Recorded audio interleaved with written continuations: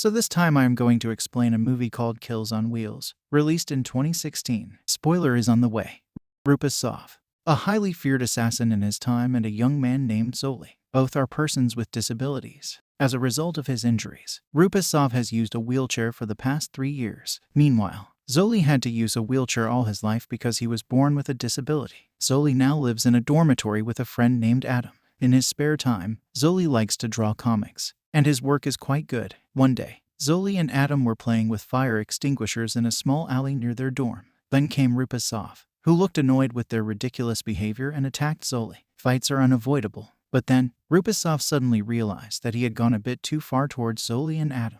The man then apologized and invited the two young men to his party. Zoli and Adam seemed to be having fun at the party. Rupasov then offers Zoli and Adam jobs as assassins and promises worldly pleasures as they get at the party today. A few days later, Zoli was in the hospital for surgery, but Zoli refused because the operation was financed by his father, who had abandoned him since birth after finding out that he was born with a disability. The scene switches to Rupasov, who gets a mission from his boss. Rupasov then waited for his target in a deserted parking lot area. A car came and stopped near him. Several men got out of the car and approached him. One of them threatened Rupasov with a knife and plunged the sharp object into his thigh. But he looked normal. Rupasov said he had been unable to feel anything in his legs since sitting in a wheelchair, which provoked scornful grins from his targets. Then one of them kicked Rupasov. He then coughed and took a plastic bag out of his pocket. It turned out that there was a gun in the plastic that he used to shoot his targets one by one until all of them died. After Rupasov managed to kill his targets,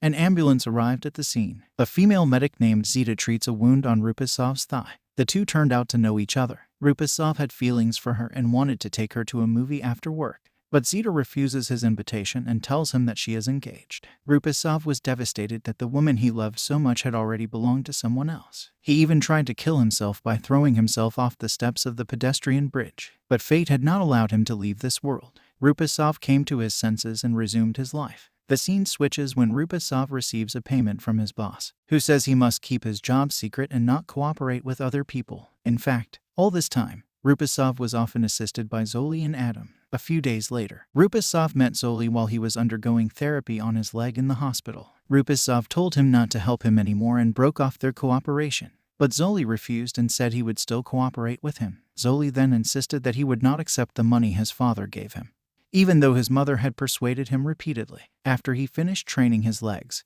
Rupasov waited for Zita in front of the hospital. He wanted to gift a bunch of roses to the woman he loves, but was discouraged after seeing Zita with her fiancé. After that, Rupasov got a job to kill an official. He devised a ploy to kill the official while having lunch at a restaurant located on the side of the highway. Rupasov waited on the other side of the road while Zoli and Adam secured the situation on opposite sides to make it easier for him to carry out his action.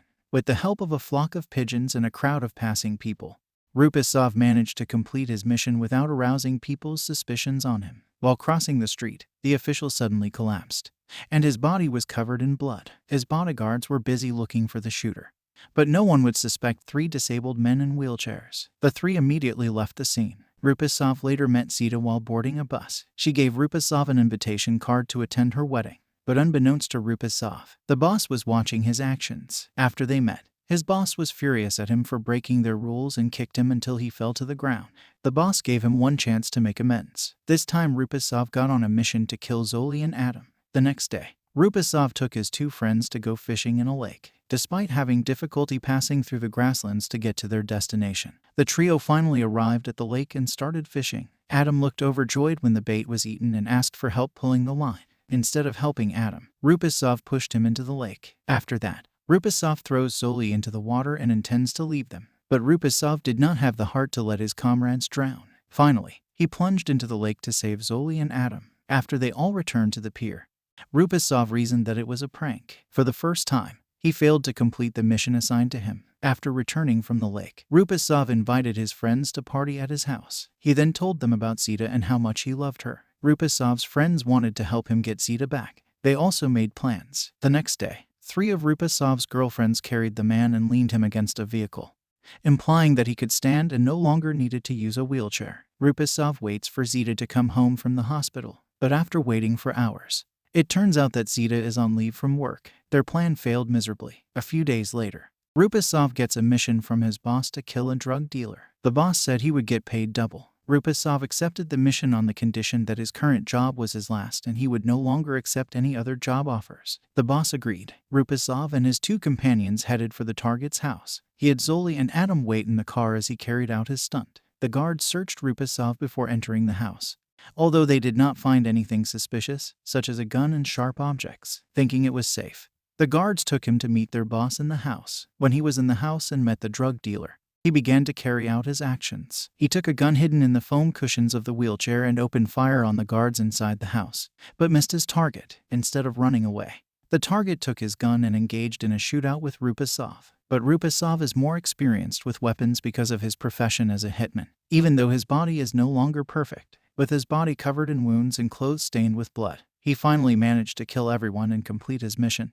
then rushed to escape from the scene. He heard the police car siren wailing in the distance when he reached the gate. He tried to open the locked gate with difficulty but couldn't. Zoli and Adam, who were in the car, looked panicked. Zoli then took the initiative to arrest the police car, while Adam helped Rupasov out of the house. The three of them managed to escape. After that, Rupasov met his boss to collect payment for his work. Unusually, the boss took Rupasov for a drive somewhere. The two of them arrived at an empty warehouse. Rupasov sensed that something was wrong with his boss's actions this time because there was a hanging rope. It turned out that his boss was aware of Rupasov's trick. He knows that his comrades are still alive. His boss was furious and disappointed in him because he had betrayed his trust. He forced the reins around Rupasov's neck, then took his wheelchair out and left the hitman alone. Rupasov tried desperately to loosen the leash around his neck while holding the toes of his shoes to keep himself from suffocating. He tried to reach his wheelchair, which was not too far from his reach, but all efforts are still to no avail. After almost giving up because his efforts were in vain,